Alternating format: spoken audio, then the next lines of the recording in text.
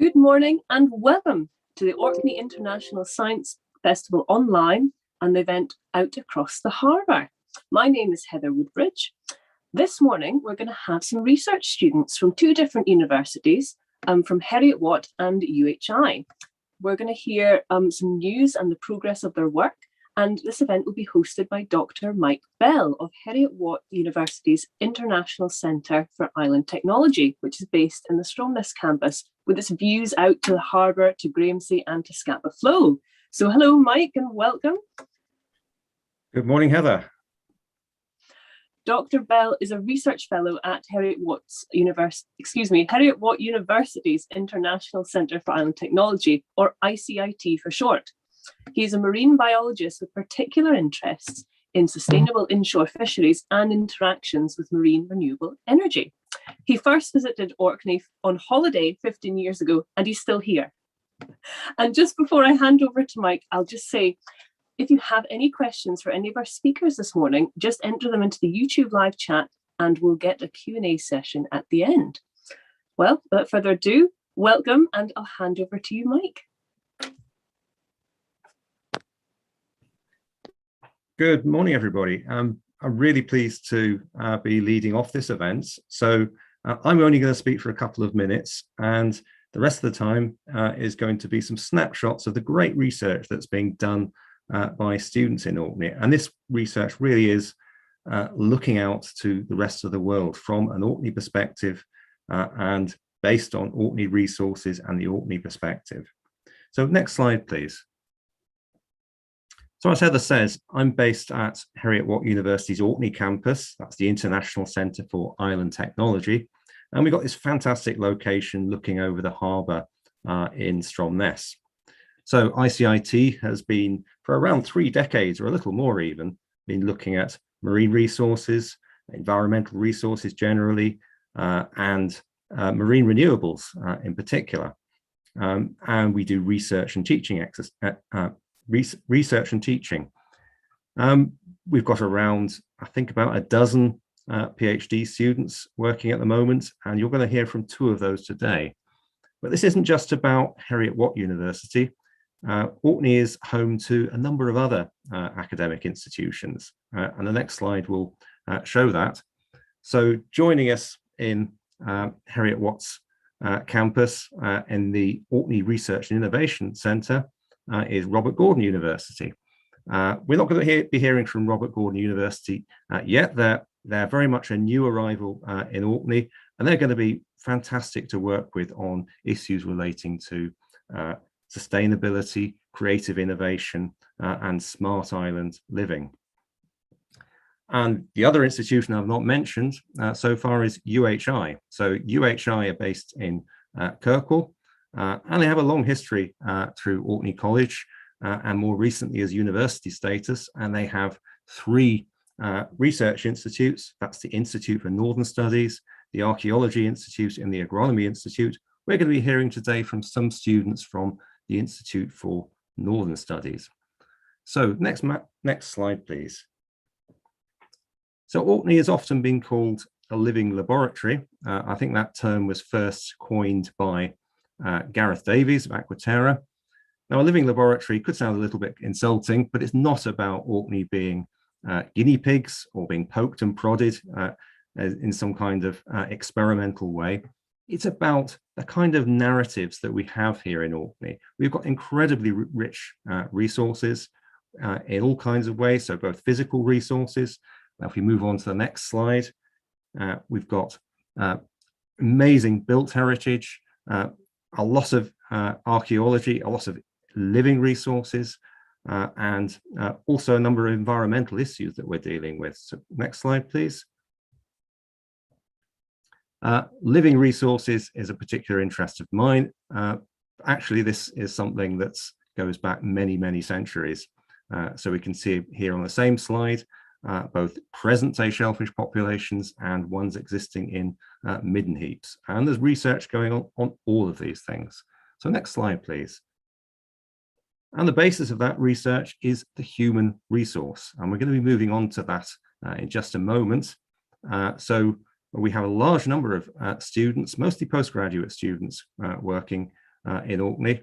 Here are just some of those having a good time in the Orkney environment.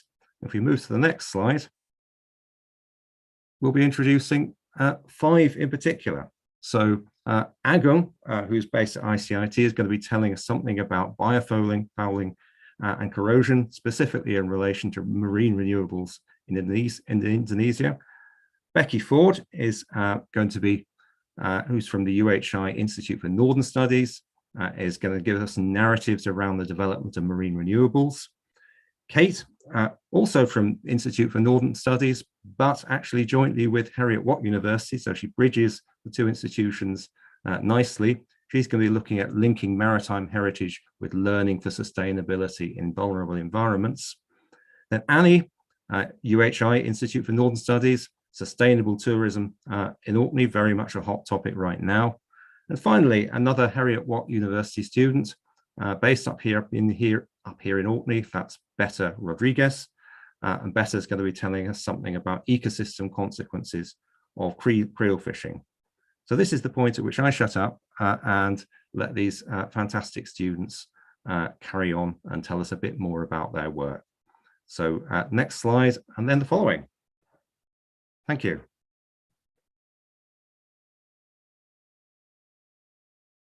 So one more slide and we'll start for.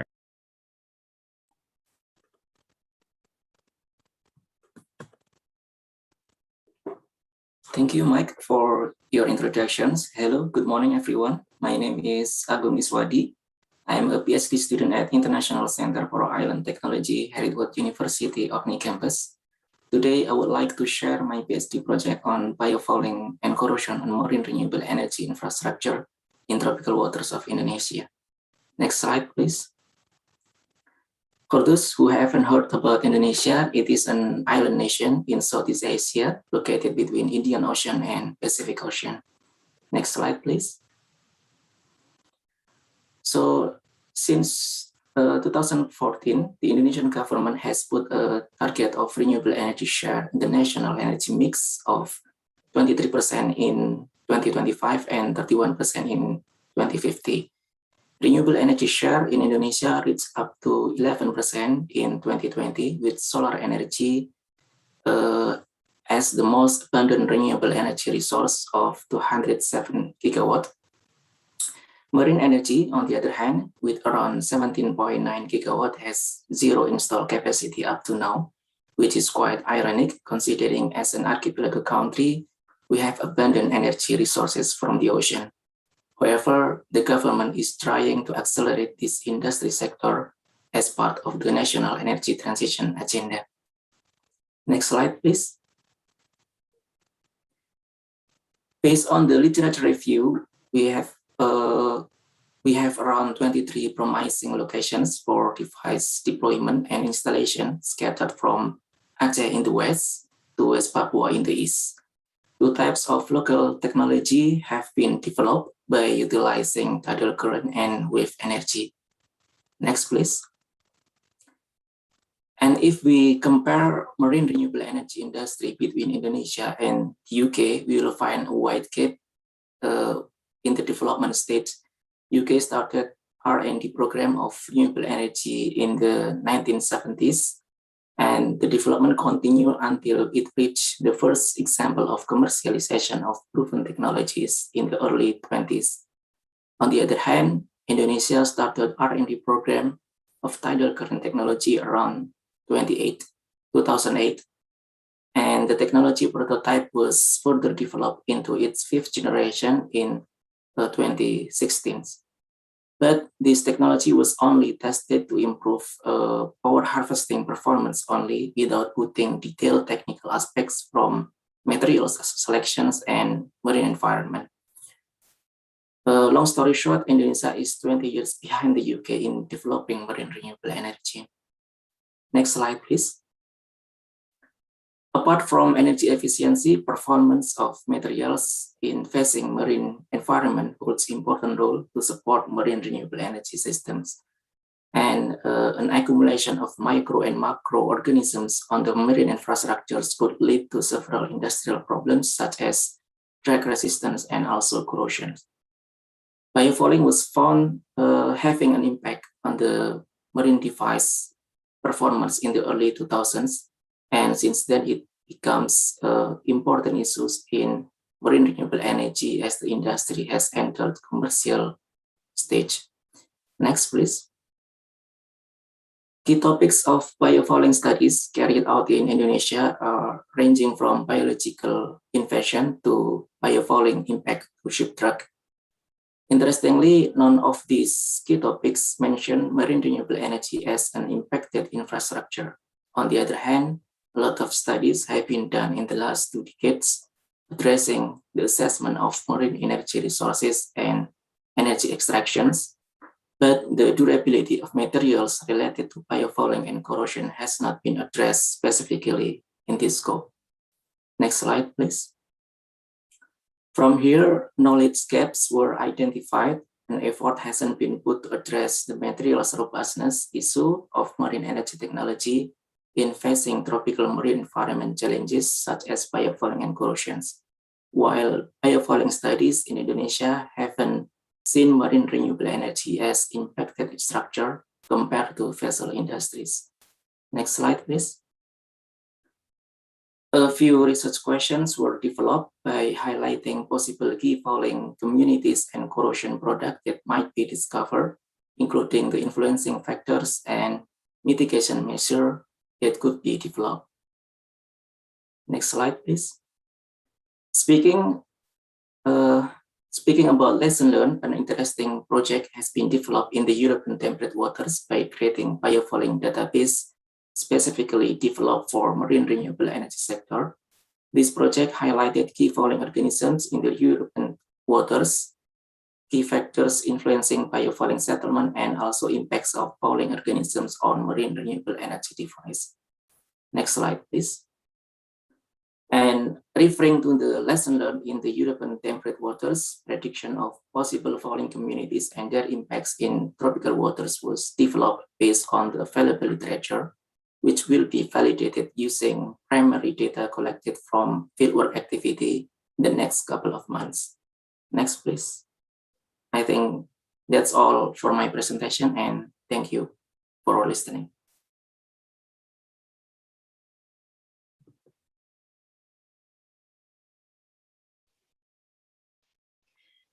Good morning, everyone. My name is Becky Ford, and I'm based at the Institute for Northern Studies in Orkney. Could I have the next slide, please? As the location of the European Marine Energy Centre, or EMEC, Orkney has become a focus for an emerging marine renewable energy sector, as we've heard from Mike and Agung. And this has brought the local community into contact with individuals, organisations, and ideas from across the globe. Next slide, please.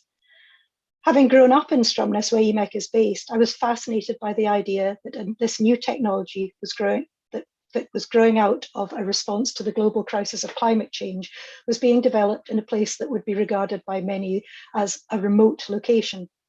In the slide, you can see the Orbital Marine's new O2 floating tidal turbine, which is currently being tested at EMEC's tidal test site. For me, community is best understood as a process enacted through relationships between people and place, and in this case also technology. From my own interactions in the community, I had observed the central role of storytelling in this process, the importance of where stories were being told and who was telling them. Next slide, please. My research has been shaped by this practical experience of community in Orkney and by the two quotes on this slide. The first from the Stromness poet, George Mackay Brown, who wrote in an Orkney tapestry, "It is the word, blossoming as legend, poem, story, secret, that holds a community together and gives a meaning to its life." The second quote is from the Russian philosopher of language and literature, Mikhail Bakhtin, who in the Dialogical Imagination wrote, "Language for the individual consciousness lies on the borderline between oneself and the other. The word in language is half someone else's." The living social nature of language captured by Brown is characterized by Bakhtin in terms of what he calls dialogism, a way of seeing language and communication as always both situated and interactional. In my own research, I developed an approach I like to call ecological dialogism, based on my observations from my fieldwork, my reading and thinking about how meaning was shaped through the process of community and its interactions between people and place. Ecological dialogism recognizes that meaning is emergent through interaction and relating within ecologies of meaning making, which are always both physical and cultural. The researcher is recognized as being entangled in the meaning making process. As feminist scholar Donna Haraway famously points out, all knowledge is situated.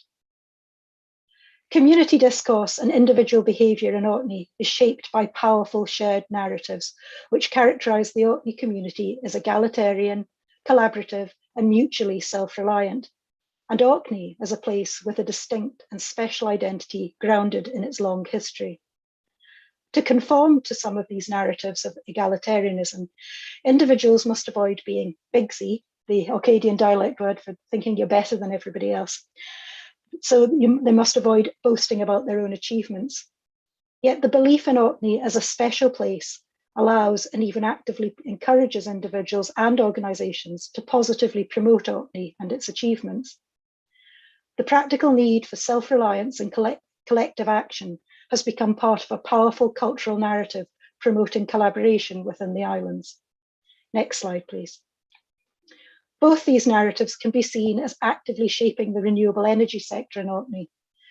In my fieldwork, I observed how the story of Team Orkney is used as a focus for collaboration within the sector. This can be seen in the way in which Orkney is used to brand the activities of the renewable energy sector for both internal and external audiences. And in turn, Orkney has become identified as the Energy Islands, and this is used in the official promotion of Orkney as a tourist and destination for people to come and live and work, as you can see from this page from the Orkney.com website. The story of Team Orkney goes beyond marketing, though, and can be witnessed in the community's reaction to what I have described as the narrative of disappointment, which came to be characterised the sector, the renewable energy sector, following the downturn in the fortunes of the wave energy sector with the loss of Palamis and aquamarine power, and then the impact of grid constraint, which led to high levels of curtailment of community-owned wind turbines. Next slide, please. The local response to curtailment and to the narrative of disappointment was one of increased collaboration and innovation, which saw the development of hydrogen projects such as Surf and Turf and the Big Hit, and smart grid projects such as Heat Smart Orkney and Smile. These projects brought together local companies such as EMEC, Aquaterra, and other local supply chain companies, organisations such as Community Energy Scotland, Orkney Islands Council, Heriot-Watt and ICIT, and the community-owned wind turbines. And it also brought in external bodies, including the EU, the Scottish Government, academic and industrial partners from outside of Orkney. These projects have led to other projects, including the current Reflex project, which is a £28.5 million funded UKRI project seeking to create an integrated energy system in Orkney. And to make these projects work, that has required a significant amount of invisible work, the relationship and trust building, which are essential foundations upon which collaboration is built. In my research, I identified how stories and storytelling had played a crucial role in this process via vital interpersonal work carried out by people within the sector. And this work can be characterised in terms of care for both the local renewable energy sector and the wider Orkney community. The academic Maria Puig de la Bella Casa argues that such care can be understood as a living technology, and I can see how these stories of care were integral to, but often missing from, the widely shared stories of technical innovation about Orkney's renewable energy sector. I came to understand that the successes of Orkney's renewable energy sector reflected not only the ability to exploit the island's natural resources of wind, wave and tide, but the ability to use care as a living technology by drawing on and integrating the Orkney community's cultural narratives and practices into its ways of working and relating.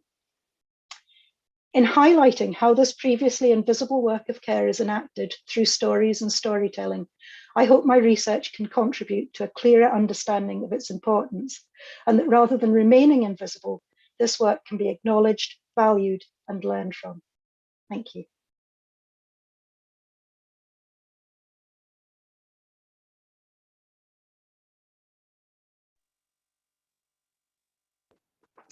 Hello, I'm delighted to be able to present aspects of my research to you today. My name is Kate McGullough, and I am presenting research that was resourced by a Scottish Graduate School for Arts and Humanities studentship, which enabled a public ethnology to explore and examine the accessibility of maritime heritages in both Orkney and Shetland as resources for social learning, and specifically learning for sustainability and towards sustaining more sustaining forms of development. Next slide, please. The research was designed to problematize the effects and possibilities afforded by the uses of heritages in environments that have been positioned as extremely vulnerable. Mobilizing a critical heritage studies lens, this research characterizes heritage work as the transformation of natural and cultural expressions from their everyday use and transmission into heritages, that is, metacultural productions of ideas of pasts that are located in objects and archives and sites and locations and practices, all set adrift about each island group, with the idea that these productions are based on the values we form around them in the present and wish to take forward into futures. These are value-added metacultural productions, and the work is people and place identity work.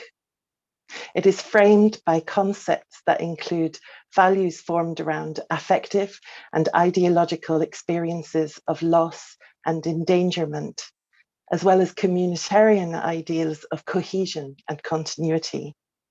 The characterization of the environments of Orkney and Shetland as vulnerable environments mobilizes descriptions used by UNESCO and UNEP and place both island groups in a category of extreme vulnerability. But this they share with all the islands of Britain and Ireland. And some of the indices for this vulnerability are listed in the slide here. In many respects, they are reflections of the social, economic, and environmental conditions of our present Anthropocene. These characteristics are neither unique to the Northern Isles, nor are they beyond being contested. And part of the work of the research was to contest concepts of extreme vulnerability. The work of the research has also been to explore how such megatrends circulate and anchor in and about the islands, and to situate them in the lived experiences and practices of future assembling through heritage work here, to gain more granular interpretations and thicker understandings of how people are governing, accessing, and being resourced by the curation of their nature culture expressions. Next slide, please. Public ethnology, a mode of social anthropology, is a way of knowing how to know, and to know what it is that people actually do and the meanings that they ascribe to these actions, and to see them as contextualized by their environments, by their nature cultures, and also by their historicities. That is, how they see themselves as historical beings, selecting aspects from plural pasts to confirm and express values for present day living, and imagining the futures that they would prefer. In this context, traditions are seen as reflexive. They form part of a continuum.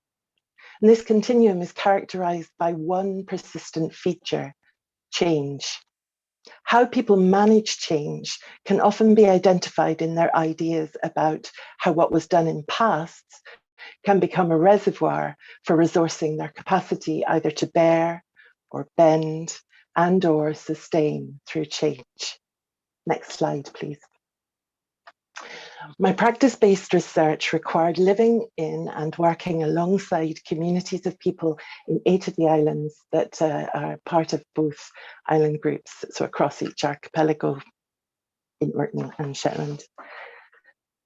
During this time, I interviewed, facilitated group dialogues with and between, and coordinated year-long series of co-curation workshops for more than 70 people, many of whom participated in each of 3 iterative phases of the research for the duration of that time. Mobilizing a model of deliberative value formation, we worked together to identify what it is that people conceptualize as maritime heritages.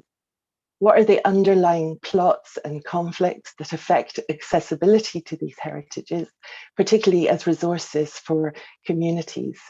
And what would a more sustaining and sustainable maritime heritage suite look like if people were to curate it for themselves? The deliberative value formation model does not focus on valorization itself. That is, it recognizes that values themselves are in fact artifacts, and the meanings of these can change, responding to changes in times, settings, populations, and so forth. So rather, the process was designed to set up spaces of social learning in which people can have dialogue between sometimes agonistic positions, and together come to understandings about the consequences of their social actions and behaviours and their impact on decision making.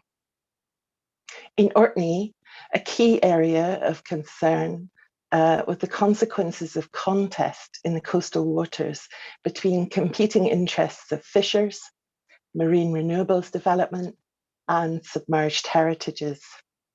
There was also concern regarding the dissonances that people experienced between what was seen as an outward-facing, market-led economy of developments that presented the past as a presence, an version of the ideal of the island's maritimity, over the need to sustain a present-day maritime environment and present-day identities.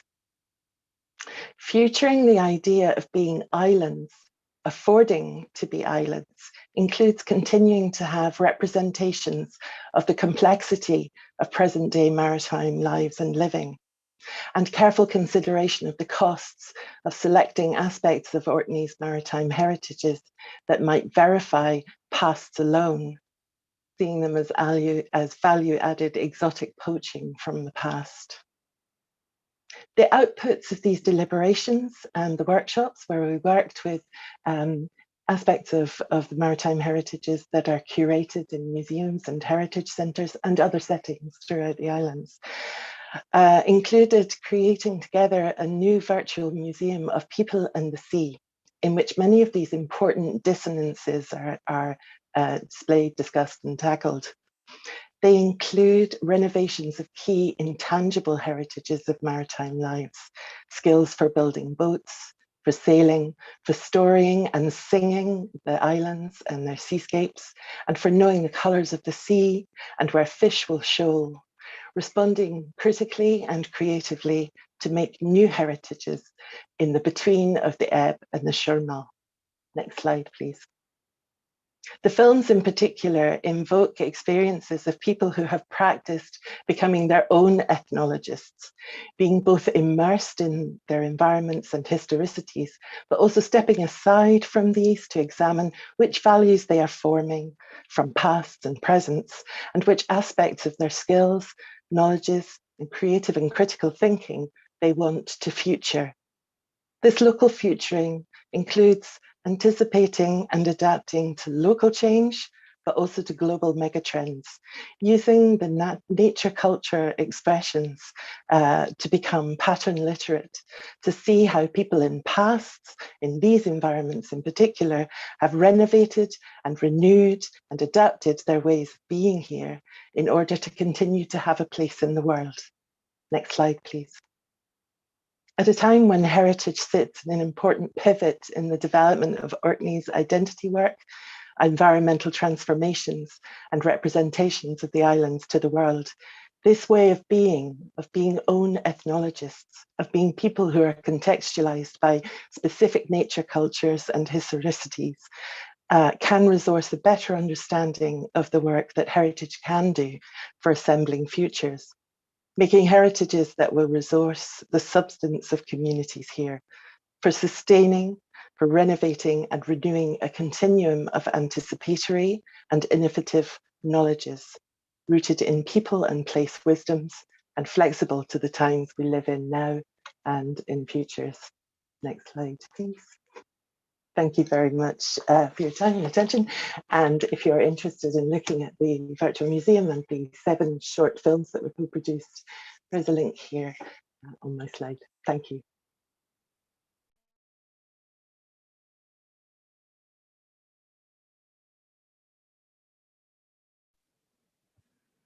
Okay. I hope you can hear me. I can't quite see myself.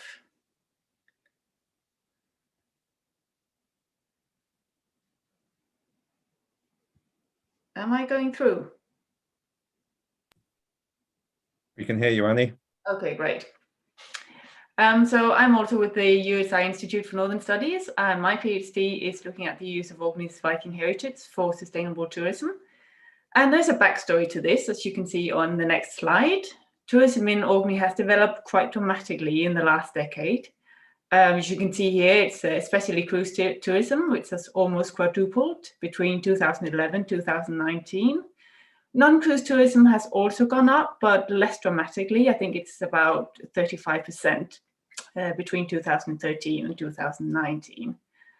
And this development has had a real impact at the most popular tourism sites and areas on the islands. As you can see on the next slide, that's 2 of these sites are, for instance, Ring of Brodgar, Skara Brae. So 2 of the monuments in our World Heritage Site. Those monuments both suffer quite seriously from erosion, and the high footfall that they experience now is a contributing factor to that.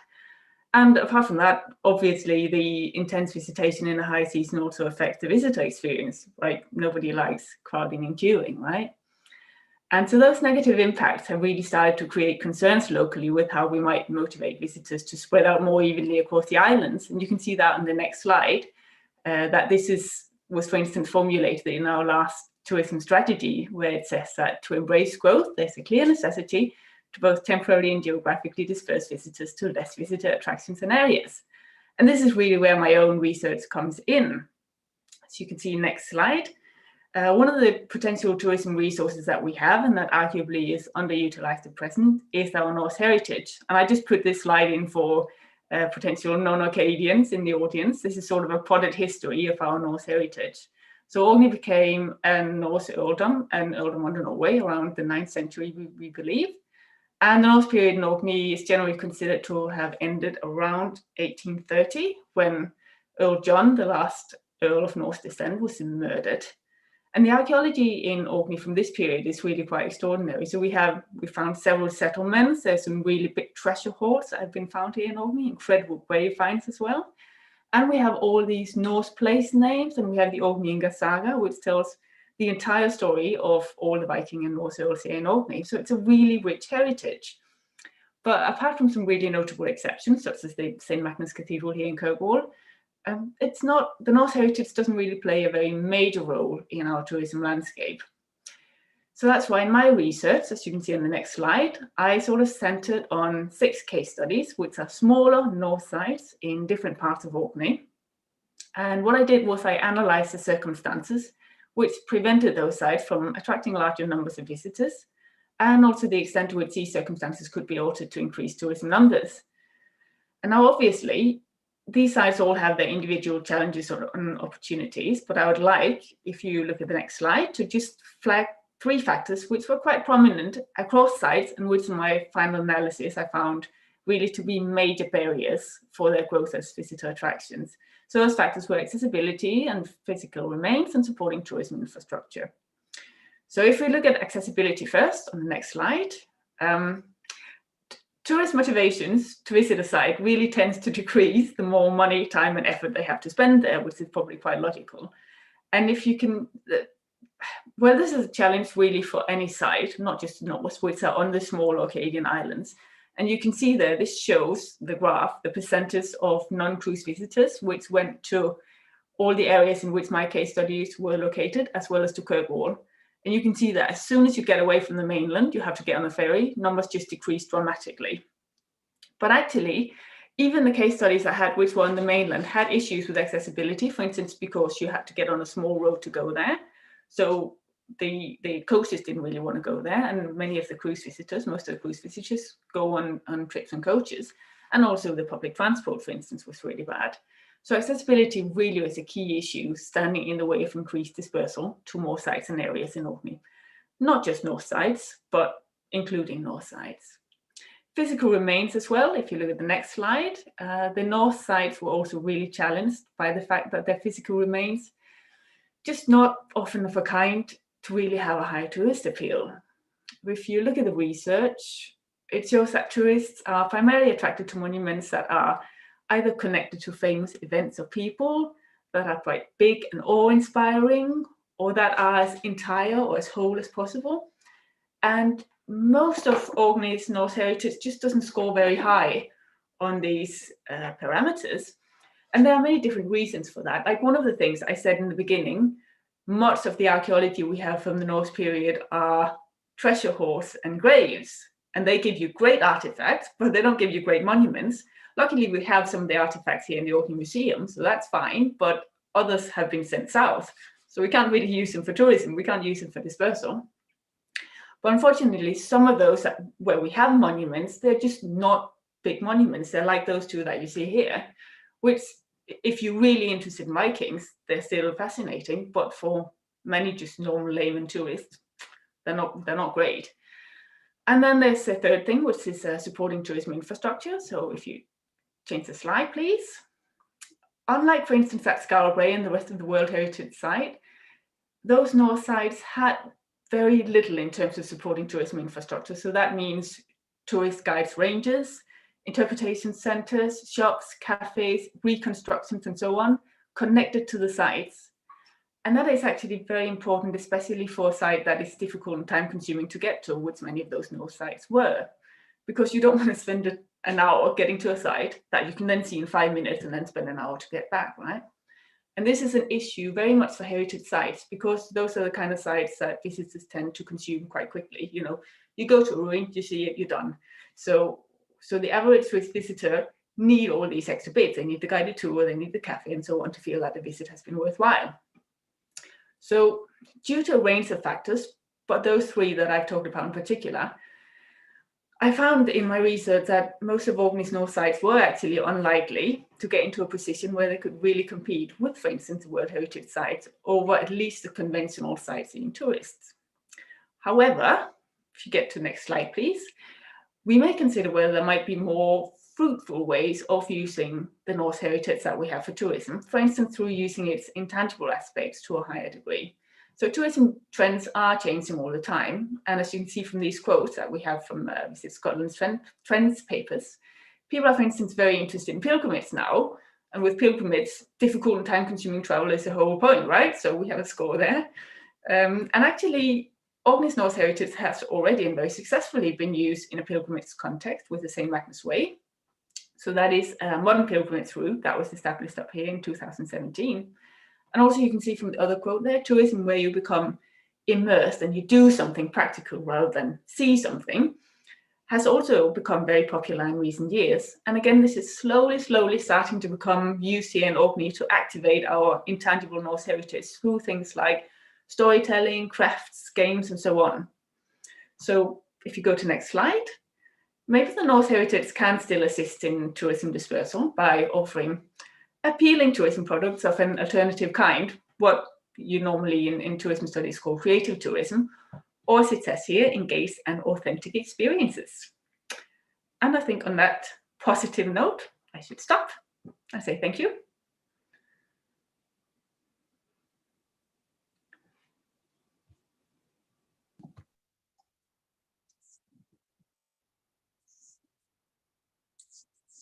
Hello, good morning. I'm Beta, and today I'm going to speak about what my PhD is about, just a brief introduction. Next slide, please. So my PhD is about optimization of essential habitat, which embrace looking at the marine ecosystem as a whole, its structure and function, and in a way providing a healthy and sustainable environment. Next slide, please. So the project Rationale is about the gear, habitats, and species. When I'm speaking about the gear, is about there is a wide diversity of fishing gears used by fishermen. However, the use of static traps or creels in shore fisheries has been somewhat overlooked and considered a priori to be environmentally friendly. Creeling is a popular method of harvesting crustaceans and mollusk shellfish, widespread throughout the world. And generally, creeling is assumed to be a low-impact fishing gear because typically produce low rates of bycatch and minimal physical impact to marine habitats. Although this has not been adequately tested, with only ghost fishing thought to be a major problem for many creel fisheries. In habitats, the realm of inshore habitats hosts a significant diversity of species and habitats. Nursery grounds, refuge, that is knowledge now has playing a major role within the wider ecosystems. Habitat damage caused during the retrieval of traps is poorly explored or understood, but could be doing long-term harm to habitats or other species that support the target populations. So potential direct impact from the krill, which at the moment is unknown. Next slide, please. So krills are used in Scottish waters to target species of brown crab, European lobster, velvet crab, and relatively recent seasonal fishery of whelks and Norway lobsters too. It is also important to understand which species are critical in energy flow from lower to higher trophic levels in the food chain. Understanding food web interactions will become increasingly important in future fisheries management decisions.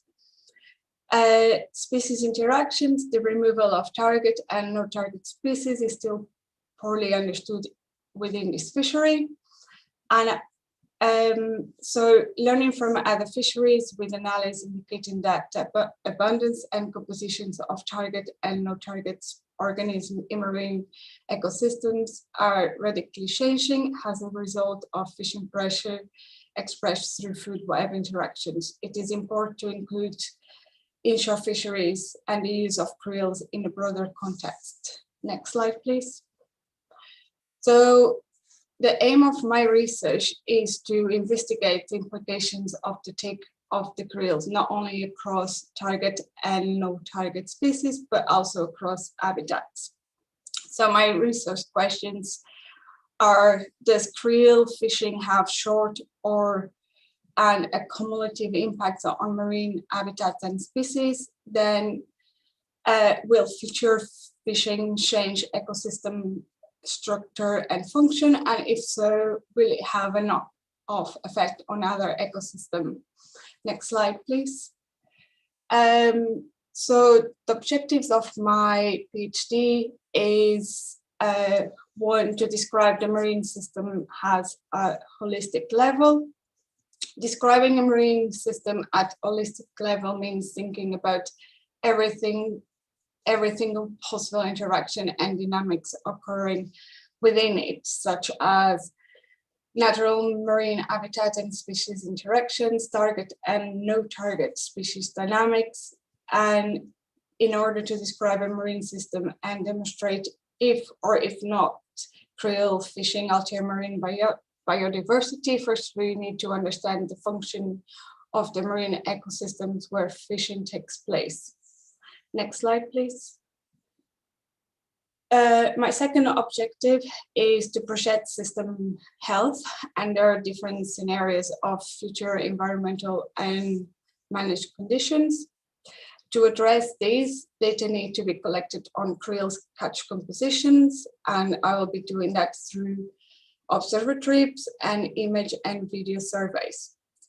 These data will demonstrate if krill deployment, smoothing effects, and hauling cause habitat disturbance and or alter benthic biodiversity. The findings will help to inform robust management decisions to project a healthy marine system. The ecosystem approach to fisheries management emphasize a more integrated approach to habitat, sustainability, multi-species interactions, connectivity, and dynamic change. My third objective is to inform the emergence of management systems for sustainable inshore fisheries. Describing and collecting data on a system as a whole, analyzing this data using an ecosystem approach gives an insight how this marine system is operating under fishing pressure. The results of this study will give a more realistic characterization of how krill fishing interacts with marine systems, which can be used to inform management at a regional level and to promote sustainability regarding harvest strategies and habitat status. Next slide, please. My study area is here in Orkney Islands, but also in Dornoch Firth and Son Apps. Next slide, please. So in order to answer my research questions, my methods will be observer trips. The data collector will be used to map the habitats where the krills are being deployed to investigate dynamics between no target and target species removal. Also through video and image surveys, this data will be used to understand the way animals behave in response to fishing gear as one factor, and in assessing the gear impact on environment, such as interaction of habitats with the pods, estimate how many individuals have been removed and size structure of the animals, and see interactions, the nature of the interactions between species. Next slide, please. Unseen prediction linked to mortality, perhaps minor prediction in the vicinity of the krills, but still important to consider in the module. Opportunity and interaction between species, what is present in the environment, mortality, predation assumptions, prevailing direction of the water. And once this data is collected, I will perform some statistics analysis using ecosystem approach, which has been widely used for a long time in landscapes data and more recently in marine ecosystems.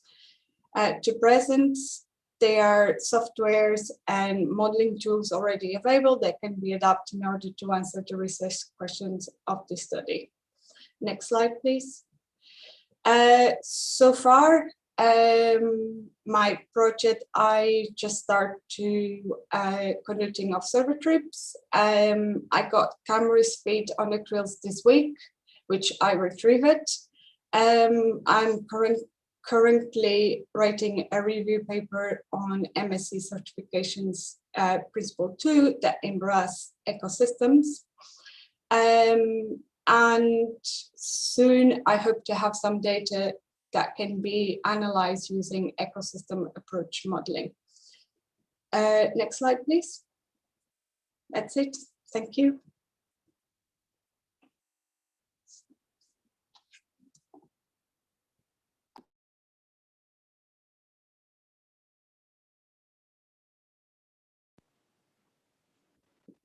Well, thank you to all of our speakers this morning. That was really interesting. We've had quite a few questions coming in, so we will have a look and I'll just get the first question for you. So I think this question is for Agung, and this is from Eric, and he's asking, are the same organisms involved in biofueling in Indonesia as in Orkney? Are there specific problems in Indonesia that are different to Orkney? Yeah, thank you for the questions. Well, actually, based on my research, one of the organisms found is barnacles, which is also found in Orkney as well. And the other organisms are calcareous polychaetes and bivalves. But what I need to find here in my research is what's the characteristics of these organisms in relating to tropical marine environments, such as seasons, temperature, and the sea depth, which might create different colonization pattern compared to Orkney's temperate waters. Thank you. Thank you. Okie dokie. Next question. Another one for yourself, Agung. I've got one asking you, with so much solar energy available in Indonesia, why is there so little of it converted into electricity? And that is from Bill. Yeah, well, as we are a developing country, there are many aspects affecting the development of renewable energy in general, including solar energy. And the factors are not only technical issues, such as technology itself, but also regulation or policy uncertainty, and then existing supporting infrastructures, and also financial barriers. But in the last few years, the government are encouraging renewable energy development, specifically for solar energy, as they have stipulated in the National Energy General Plan. Great, thank you. Okie dokie. The next one. We've got a question now, I think for Rebecca. I've got a question that starts with the culture of not boasting in Orkney. And they're asking, could that hide or slow down the innovation of great new ideas? And I think that would be for Rebecca. Thank you. What was that dialect word again for that term of not boasting? Being Bigsy. Bigsy. Yeah, well, I think that's a good question. I think could be a problem on an individual level, but I think what I found in my research was, and actually one of my informants said this to me, was that you can actually be as bigsy as you like about Orkney. So as long as you collectively are identifying with what you're doing as being something that's for Orkney, and that's where the kind of branding of the renewables as an Orkney, Orkney as the energy islands has been really, really helpful. So you can be as bigsy as you like about Orkney, and that's allowed. So that's where the good ideas get broadcast and shared. Thank you. Oh, thank you. We've got another one, and I think now I'm not quite sure which speaker this is for, but it was sort of a similar time it came in. So it could be for Rebecca or for Kate. And they ask, which features of the Orkney character will most help it to develop in the future? Perhaps it's for yourself, Rebecca. I'll have a go, and then Kate can come in as well then. I would say that the being able to collaborate, being able to understand that we live in interdependency, both with our natural resources and with each other as a cultural resource, and that actually in a time of climate change, energy uncertainties and cultural instability, the ability to collaborate and the ability to understand our interdependencies with one another are going to be really, really important. Oh, fascinating. Thank you.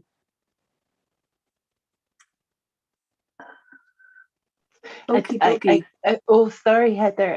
I'm just taking up Becky's invitation to add to that, and I would say I would echo that certainly from the group dialogues, that it was really important that people have spaces to share their common ideas, and particularly a real gift for anticipation. I think that's something that's so particular to communities who are living on the islands.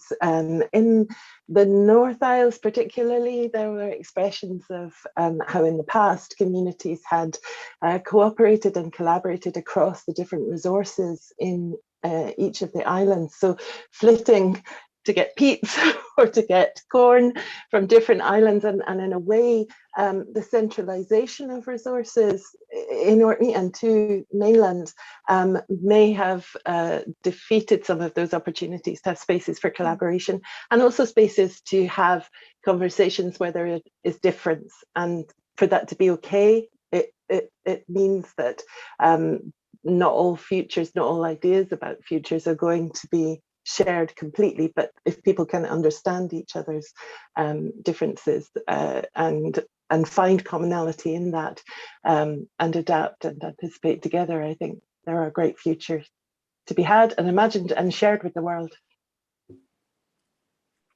Thank you so much. Oh, fascinating stuff. I enjoyed the North Isles mention there. And I've got a question now coming in for Kate, asking from Rich, and he's asking, which comes first, developing the tourism or developing in a sustainable way? That's a really good question, Rich, and if you can answer it, I'll get you to write my thesis with me. It's very difficult to see these things as linear, and I think probably rather than thinking about which comes first, perhaps the real question is the question that was asked by people who participated in my research, which is, who are we doing this for? And it can be for both, but I think actually to genuinely understand that people make heritages for themselves. In Shetland, when I asked people, they said, well, it's we're doing it for ourselves. And that can also be about supporting a sustainable tourist-facing economy. But the most important thing is to keep asking the question, who are we doing this for? What does it support, and how does it sustain us, as well as our interests in being part of a global-facing economy? Not sure if that's a great answer, but it's a complex question. Thank you. No, brilliant. Did anyone else want to comment on that before we move on to the next question? Yeah, I agree. Like it's developing in a sustainable way. I think if you're from a community, you see tourism as a means to an end, right? It's something you can use to hopefully develop your community economically, but also in many ways socially, and to develop a pride as well in what you have. That's at least many of the people I talk to. They also just wanted to display what they have because you're proud of it. But that is also, that's also sustainable development, because it also makes it live. It makes your heritage survive. But that's also sustainability. But that has to come first. You're doing it. It's tourism for development rather than the other way around. Oh, thank you. Brilliant. Well, we'll move on to the next question. Let's see, we've got one for Rebecca from Swain, and he's asking, what challenges does the marine energy sector face in its interactions with Orkney communities? Oh, where do you want to start? That's a really good question. I think maybe the most obvious one, and the one that I know other researchers in Orkney in ICIT have looked at, is around the use of the marine space. And obviously, one of the strengths that the marine renewable sector in Orkney's had is that it's been able to draw on lots of existing expertise and knowledge about the marine space in Orkney and about the resource that's there in times of wave and tide. But obviously, as you bring technology in to spaces that are already being used, there are issues around conflict of interest and access to resources. So things like the fact that renewable devices are inshore, so they're using spaces which are traditionally been used by creel fishermen, by people who are using them for navigation, and so access to and who gets how the marine space can be managed and planned. I mean, that's been a big piece of work that's been done in Orkney with researchers who've been here and local planning people. There was the marine spatial planning, which was a massive piece of work. And there are ongoing questions about how these relationships can be managed. So, I mean, that's just one aspect of it.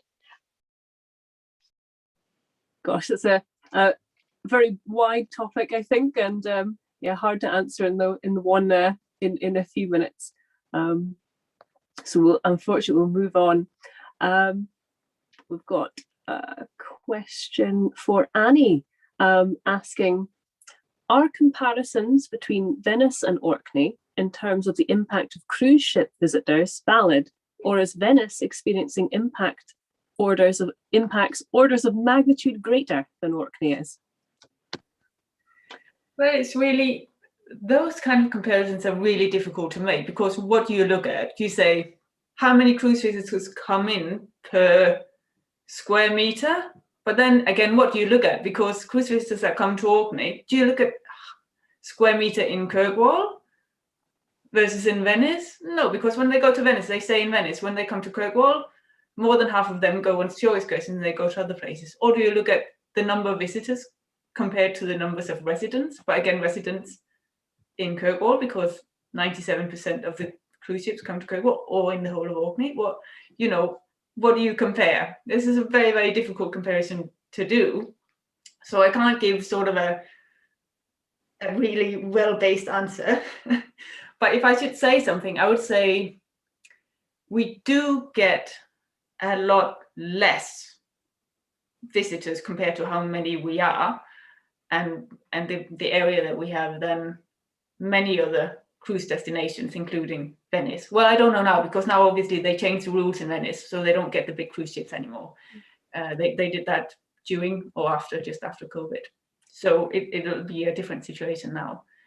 But the impact we've had here is actually a much less than in Venice and in many other places, in Norway as well, and Alaska. And so we've just reacted strongly to a smaller impact than in many other places. But then that's not how, you can't look at it quite that way, because it's also what you want to preserve. I mean, many of the people I talk to, it's also because they want Orkney to be a pristine place. They don't want too many people. And if that's a kind of landscape, that's the kind of environment you want, then your carrying capacity is much lower. Do you understand what I mean? So we have less of an impact, but your carrying capacity depends on what you want the community to be and what you want the environment to be. I know that's a funny answer, but that's the best answer I can give. Oh, brilliant. Thank you so much. Fascinating stuff.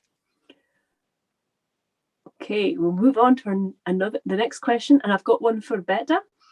And the question is, have any detrimental links been established in any of the habitats you are studying?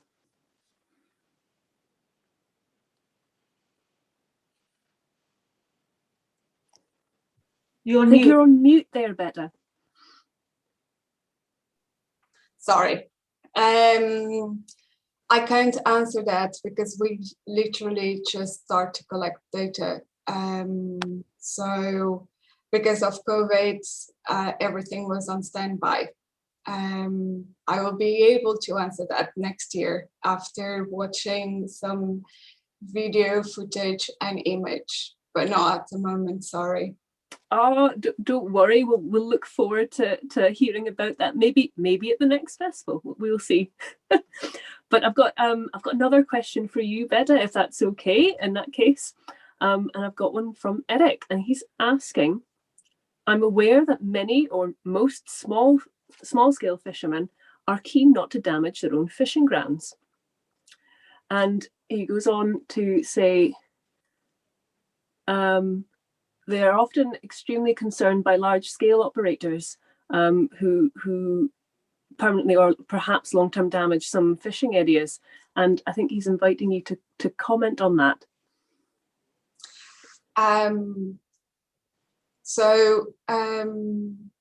Yes, krills are considered environmentally friendly, but that is anecdotal data information.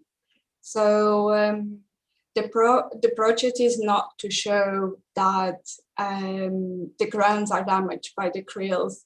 The project is about to collect information to support that they are environmentally friendly. We might discover otherwise, we don't know. But I think it got the stage that anecdotal information is not longer enough, as we progressed in more sustainable way of eating and our practice. So yes, overall the fishermen are, especially the inshore fishermen, the krill fishermen, saying we are way more sustainable and environmentally friendly compared with the white fishers. I'm not saying they aren't, but and that's we just want to show that is the case, and have physical evidence of it. Mm-hmm. The data is important. Thank you. And got a few more. We're sort of coming towards, we've been running over slightly, but we're sort of gonna have to wrap up quite soon, I'm afraid. And I've got a question from Alistair MacDonald for Annie. And he's asking, what is the tipping point that a mass desire to access and share these fragile locations, does it cause their demise? I'm so pleased with that question, because that was also part of my research, but you can't cover everything in 5 minutes. So I did also look at what the sustainability consequences would be of those smaller North sites if you increase tourism. But actually, environmentally, they're really robust sites, so you wouldn't have much of an issue with that. But there were issues around social sustainability. So most of the people I talked to in these areas were quite happy to see an increase in tourism, but they all like up to a point. So they didn't want too many. So you'd have to kind of control it in a way to get more tourists, but not too many. And especially with groups, they really had like coach tourists, group tourists. That's something that many people have an issue with. And one of the reasons, not the only one, but one of the reasons is that 3 of the sites I looked at are church sites or ruined churches, and they have active graveyards around them. So those are places that people want a particular kind of, they're places of commemorations, of funerals, and you expect a particular kind of behavior, and people are concerned about getting groups in there that they just wouldn't respect that kind of, the peacefulness that you expect in a place like that. So that was an issue with spiritual sustainability, as you call it. But also the greater, especially on the Isles, just the greater island environment. Not everybody, but many people in those islands just really, it's very important to have that peaceful environment, and they're just concerned with groups, especially that would be threatened. So that was actually the biggest sustainability issues that I encountered.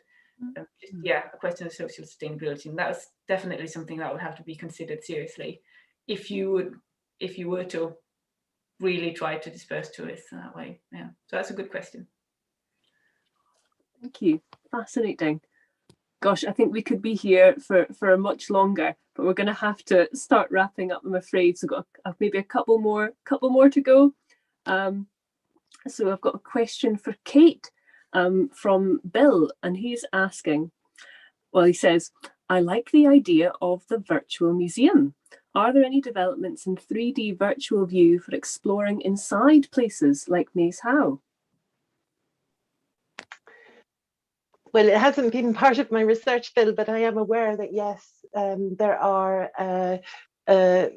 there has been work in laser scanning, 3D laser scanning, and also photogrammetry to bring the interior sites to people in their own environments, at home, or before they visit, or for people who would find it difficult to access sites and settings. And in my research and in the creation together of the virtual museum, we did this with particular artifacts, because also, of course, one of the things that people can't do very easily with aspects of heritage is to touch, feel, sense, smell, and imagine the space the artifacts inhabit. So we were able to take objects from museums in Tannkernes House in Kirkwall, the Orkney Museum, and also in Shetland Museum, and together in workshops using photogrammetry to create 3D models, which are available in the virtual museum, which can be taken and used in any way that people might like, either in virtual scapes or to 3D print. And I suppose in a way, this was a process of democratizing, you know, because we were also working on this question of what do we do when we put things which have been in the hands of people, made by folk. You know, a lot of the heritages we were looking at are family heritages, of course, across the islands, and can be identified and located to people and to communities. And they were in the hands of folk, cherished by folk, made by folk, lost by folk. So to bring that experience, to bring not just the heritage as it is presented as a site or as an object or an archive, but actually to bring the folk and the stories and the experiences that have informed that into imagining not just the pasts in islands, but also the futures of those people. Thank you so much. And I think we'll come to our last question, if that's okay. And our last question is from Agung, for Agung. And this is from Richard Oakley.